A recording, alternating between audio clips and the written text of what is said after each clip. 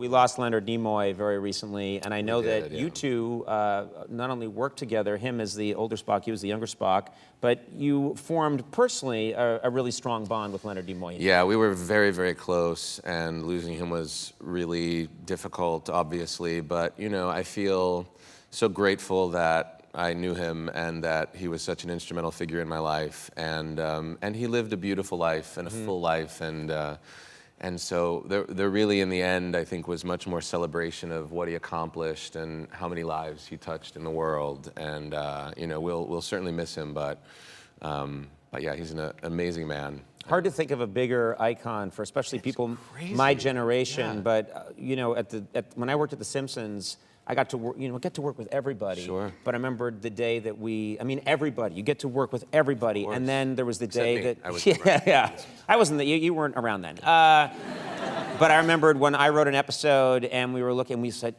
there was a chance that Leonard Nimoy would do it, and then he said yes. And he came to the recording studio, and I walked into this recording studio, and there was Leonard Nimoy.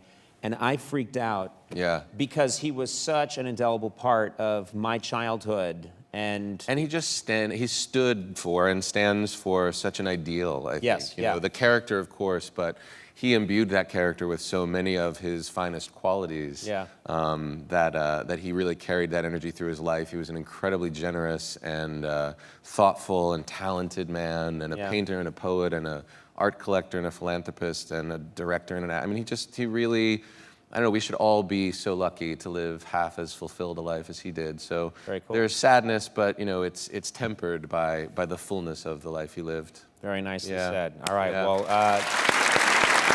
make sure I mention again, The Slap, which is terrific, airs Thursdays at 10 on NBC. Zachary Quinto, I love talking to you. Thank you so much. That was fantastic.